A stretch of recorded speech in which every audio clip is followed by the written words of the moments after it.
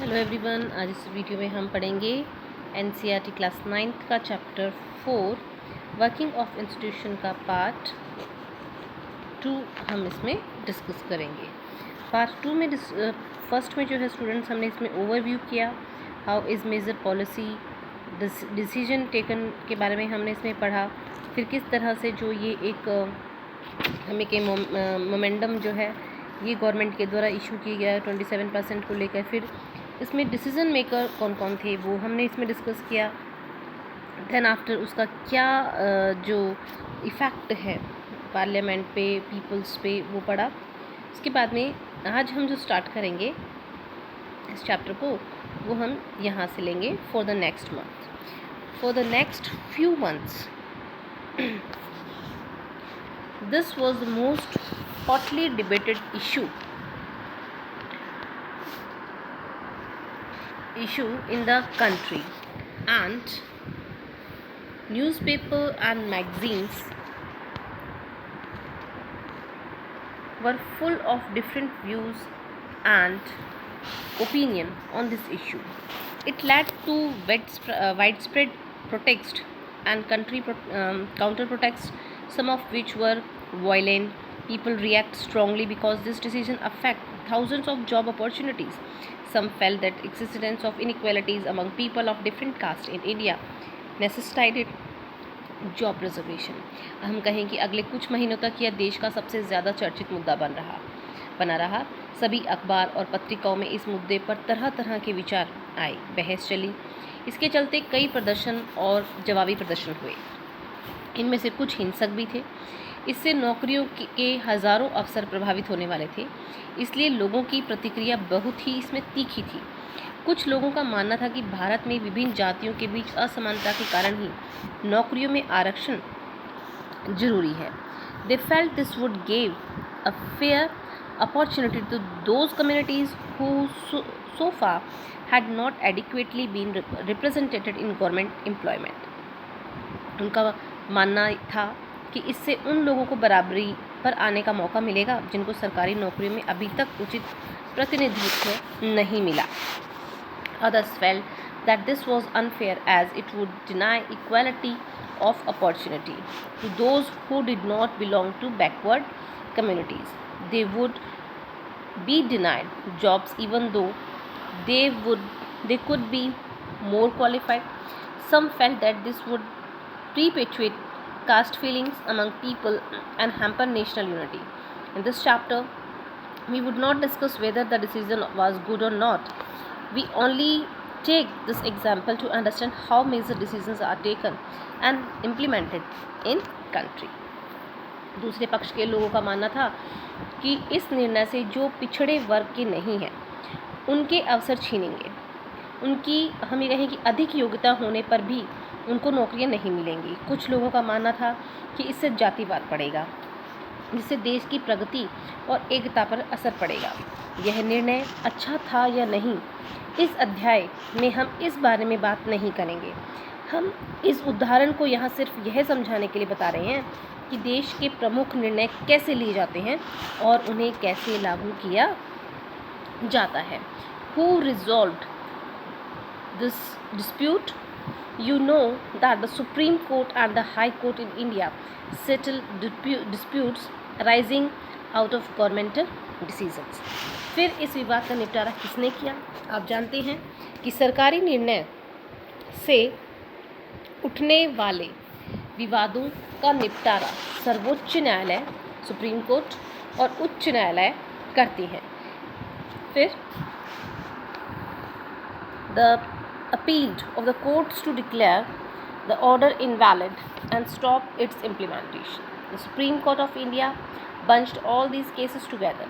This case was known as Indira Swangya and others versus Union of India case. हम कहें कि इस आदेश के विरोधी कुछ लोगों और संस्थाओं ने अदालतों में कई मुकदमे दायर कर दिए।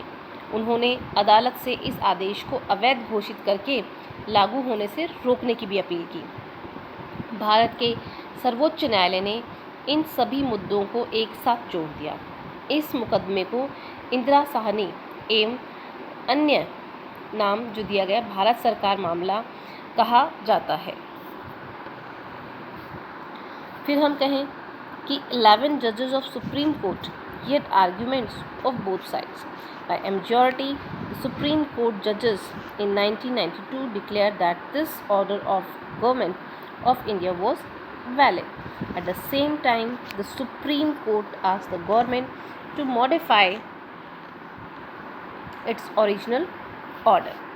कि सर्वोच्च न्यायालय के 11 सबसे वरिष्ठ न्यायाधीशों ने दोनों पक्षों की दलीलें सुनी। फिर हम कहें कि उन्होंने 1992 में बहुमत से फैसला किया कि भारत सरकार का यह आदेश अवैध नहीं है, लेकिन सर्वोच्च न्यायालय ने सरकार से उसके मूल आदेश में कुछ संशोधन करने को कहा, यानी कुछ इसके अंदर चेंजेस करने के लिए कोर्ट ने उनको कहा। It said that well-to-do person among the backward classes should be excluded from getting the benefit of reservation. उन्होंने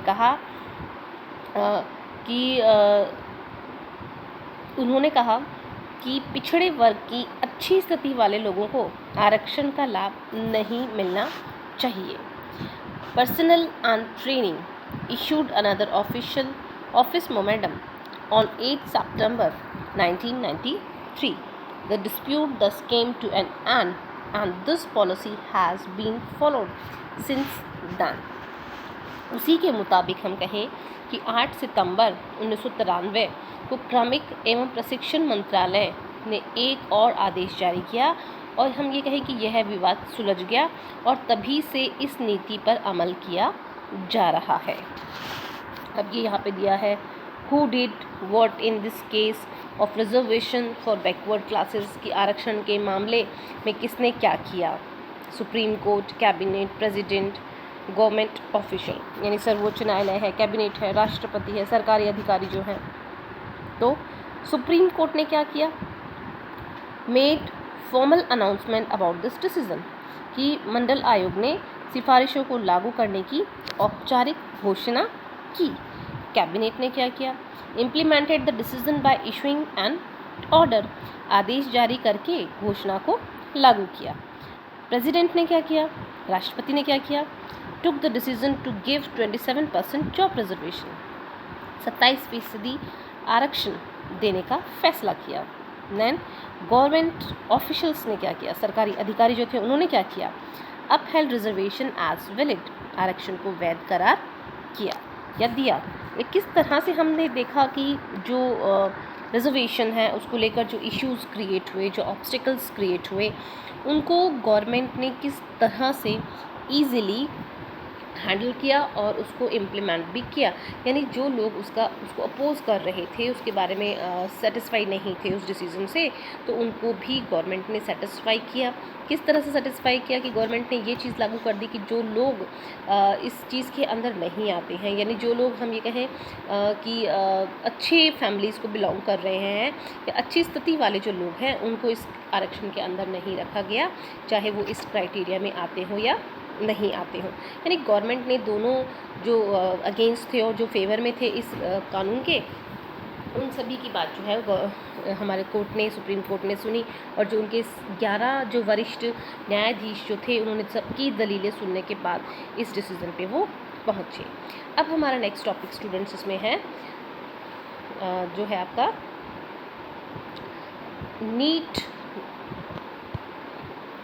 नीड फॉर पॉलिटिकल, हम कहें नीड फॉर पॉलिटिकल इंस्टीट्यूशन, कि राजनीतिक संस्थाओं की आवश्यकता जो है वो क्यों होती है, किस लिए राजनीतिक जो संस्थाएं हैं, पॉलिटिकल इंस्टीट्यूशंस हैं, उनकी आवश्यकताएं क्यों होती हैं।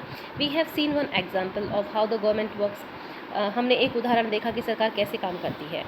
Then governing a country involves various such activities. For example, the government is responsible for ensuring security to the citizens and providing facilities for education and health to all. किसी देश को चलाने में इस तरह की कई गतिविधियां शामिल होती हैं। मिसाल के तौर पे हम कहें कि सरकार पर नागरिकों की सुरक्षा सुनिश्चित करने का और सबको शिक्षा एवं स्वास्थ्य सुविधाएं मुहैया कराने की जिम्मेदारी भी गवर्नमेंट की होती है।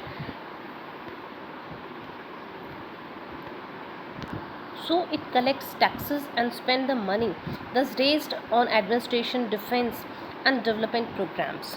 It formulates and implements several welfare schemes. Some persons have to take decisions on how to go about these activities. Have others have to implement these decisions. If disputes arise on these decisions or in their implementation, there should be someone to determine what is right and what is wrong. कि हम कहें कि वह ऋण इकट्ठा करती है, कर इकट्ठा करती हैं गवर्नमेंट्स जो हैं, और इसे सेना, पुलिस तथा विकास कार्यक्रमों पर खर्च करती हैं। वह विभिन्न कार्यकारिणी योजनाएं बनाकर उन्हें लागू करती है। कुछ व्यक्तियों को इन गतिविधियों को चलाने के लिए फैसला करना होता है, कुछ लोगों को इन्हें लागू करना होता है। अगर इन फैसलों या फिर लागू करने में कोई विवाद उठता है तो यह तय करने वाला भी कोई होना चाहिए कि क्या सही है और क्या गलत है। यानी कि जो भी गवर्नमेंट डिसीज़न ले रही है उस डिसीज़न को लागू करने में या उस डिसीज़न के ऊपर कोई डिस्प्यूट्स क्रिएट हो रहे हैं जनता के अंदर, तो वहाँ पे डिसीज़न मेकर कोई होना चाहिए, कोई ऐसा इंस्टीट्यूशन होना चाहिए जो ये तय कर सके कि एक्चुअल में कहाँ गलत है, क्या चीज़ सही है। So it should be important that everyone should know how is responsible for doing what. सबके लिए यह जानना भी ज़रूरी है कि कौन किस काम को करने के लिए ज़िम्मेदार है। Then if it is also important that these activities keep taking place even if the person in key position change। यह भी ज़रूरी है कि भले ही प्रमुख पदों पर बैठे लोग बदल जाएं लेकिन ये गतिविधियां जारी रहें। यानी कि पीपल्स अगर वहाँ से चेंज हो जाती हैं, पोजीशन उनकी चेंज हो जाती है, लेकिन वहाँ पे काम करने वाले बंदे जो हैं वो रिप्लेस होते रहते हैं। तो ये एक बहुत ही महत्वपूर्ण भूमिका जो है हम कह सकते हैं कि इंस्टीट्यूशंस की होती है। So to attend to all these task several arrangements are made in all modern democracies. Such arrangements are called institution. लिहाजा सभी आधुनिक लोकतांत्रिक देशों में इन कामों को देखने के लिए विभिन्न व्यवस्थाएं की गई हैं। इस तरह की व्यवस्थाओं को संस्थाएं कहते हैं। इनको जो हैंडल करती हैं, इन प्रॉब्लम्स को, इन सिचुएशंस को, तो उन्हें हम इंस्टीट्यूशंस कहते हैं। A democracy works well when these institutions perform functions assigned to them. The constitutions of any country lays down basic rules on the powers and functions of each institution. In example above, we saw several such institutions at work. कि कोई भी लोकतंत्र तभी ठीक से काम करता है जब ये संस्थाएं अपने काम को अच्छी तरह करती हैं। किसी भी देश के संविधान में हम कहें कि प्रत्येक संस्था के अधिकारों और कार्यों के बारे में बुनियादी नियमों का वर्णन किया गया है। दिए गए उदाहरण जो हैं हमें इस तरह की विभिन्न संस्थाओं के काम करते देखा है। यानी ऊपर जो एग्जाम्पल्स हमने देखा है, तो किस तरह से जो लोग हैं, जो संस्थाएं हैं, जो इंस्टीट्यूशंस हैं वो काम करते हैं, उनके बारे में हमने पढ़ा। फर्स्ट इसमें अगर हम बात करें तो आपका इसमें आता है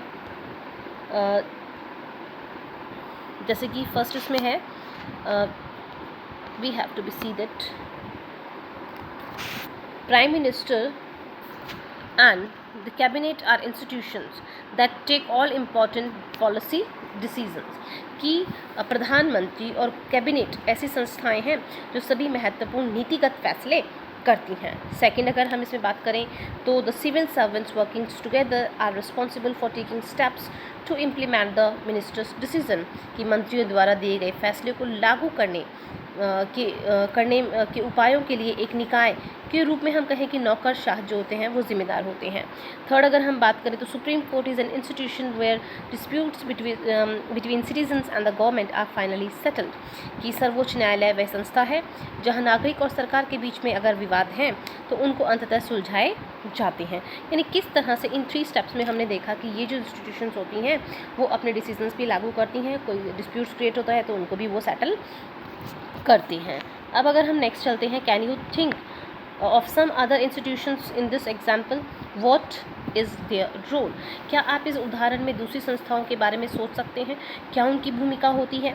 it's working with institution is not easy. Institution involve rules and regulation, this can mind and the hands of leaders. Institutions involve meeting committees and routines। संस्थाओं के काम करना आसान नहीं है। संस्थाओं के साथ कायदे कानून जुड़े होते हैं, इससे नेताओं के हाथ बंधे होते हैं।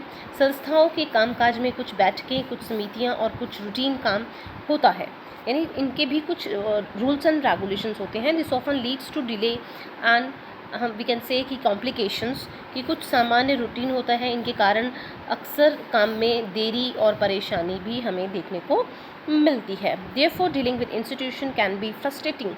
One might feel that it is much better to have one person take all decisions without any rules, procedures and meetings, but that is not the spirit of democracy. Some of the delays and complications introduced by the institutions are very useful. They provide an opportunity for a wider set of people to be consulted in any decisions. Institutions make difficult to have a good decision taken very quickly, but they also make it equally difficult to rush through a bad decision. That is why democratic government insists on institutions. ये हम कह सकते हैं कि इसलिए संस्थाओं के साथ कामकाज में परेशानी महसूस की जा सकती है। ऐसे में कोई सोच सकता है कि एक ही व्यक्ति सारे फैसले लेता तो शायद ज़्यादा बेहतर होता। कायदे कानून और बैठकों की क्या ज़रूरत है, पर यह सोच लोकतंत्र की बुनियाद की भावना के अनुकूल नहीं है। संस्थाओं के कामकाज के तरीकों से जो कुछ परेशानियां होती हैं या थोड़ा वक्त लगता है, वह भी कई मायने में उपयोगी होता है। किसी भी फैसले के पहले अनेक लोगों से राय विचार करने का अवसर मिल जाता है। संस्थाओं के कारण एक अच्छा फैसला झटपट करना आसान नहीं होता, लेकिन संस्थाएं बुरा फैसला भी जल्द ले पाना उनके द्वारा, मतलब अगर कोई गलत फैसला भी लेना है तो वो भी बहुत मुश्किल उनके लिए होता है। इसी कारण हम कहें कि लोकतांत्रिक सरकारें संस्थाओं पर यानी इंस्टीट्यूशंस पर क्या करती हैं, जोर देती हैं। तो आज के इस वीडियो में इतना ही। Thank you for watching.